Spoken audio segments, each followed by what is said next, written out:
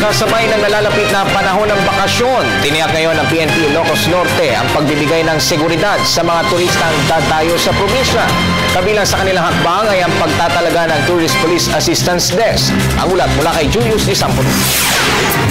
Kabinulig, ipinagduruas, kinatanok o sama-sama sa pag-unlad ng maganda at tanyag na rehiyon ng Ilocos. Ito ang siyang bisyon ng Pambansang Pulisya ng Ilocos Norte para panatilihin ang kaayusan at kapayapaan sa buong lalawigan dahil na din sa tila pagtaas ng bilang ng turismo dito. Ayon kay Ilocos Norte PNP Provincial Director Senior Superintendent Antonio Mendoza Jr., 24 oras nang nakaposisyon ang kanilang Tourist Police Assistance Desk, gayon din ang pagpapatrol at pagsasagawa ng checkpoint sa magkabilang dulo o boundary ng lalawigan. Ang Ilocos Norte naman kasi considered to be the best little province in the Philippines. Talagang marami pong tourist. So meron kaming tourist-oriented policing na ini-implement. Talagang nakita nyo yung mga police natin handa talaga na mag-protect. Hindi lang yung mga taga-Ilocos, pati yung mga bumibisitang from this country and marami ring taga-ibang bansa. Ayon pa sa opisyal, unti-unti nang sinusugpo ng PNP Ilocos ang ilang isolated cases ng riding in tandem at panganganap ng motorsiklo.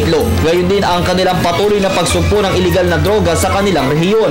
Base sa datos ng National Statistics Office, simula taong 2010 ay halos 10% na ang naitalang pagbaba ng bilang ng krimen sa ating bansa. Ang talagang gusto namin ay reduce namin by 6%, pero last month nakita natin na dito sa Ilocos Norte nag-reduce ng 20%. So nakita natin actually from January to September mas malaki pang reduction of crimes. Yun naman po yung gusto natin.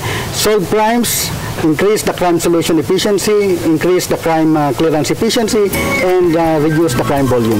Ngayong nalalapit na naman ang summer, tiyak na isa ang Ilocos sa dadayuhin dahil sa mga nagagandahang beach at kahangahang mga tanawin. Kaya't ang ilang mga beach owners dito, todo ang pakikipagkoordinasyon sa mga otoridad. We were surprised, no?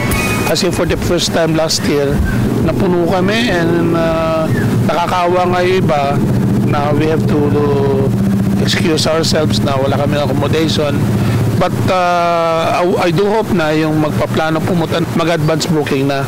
And it's a blessing and we are committed to further our services to our tourists and hopefully to make the Philippines as the premier tourist spot, not only in Ilocos but in the entire world. Kasabay ng pag-unlad ng bansa, ang siyang pagpapanatili ng kaayusan nito at pagtiyak na hindi makakaporma pa ang mga masasamang loob. Sa tulong na din ito ng pinalakas na puwersa ng pulisya.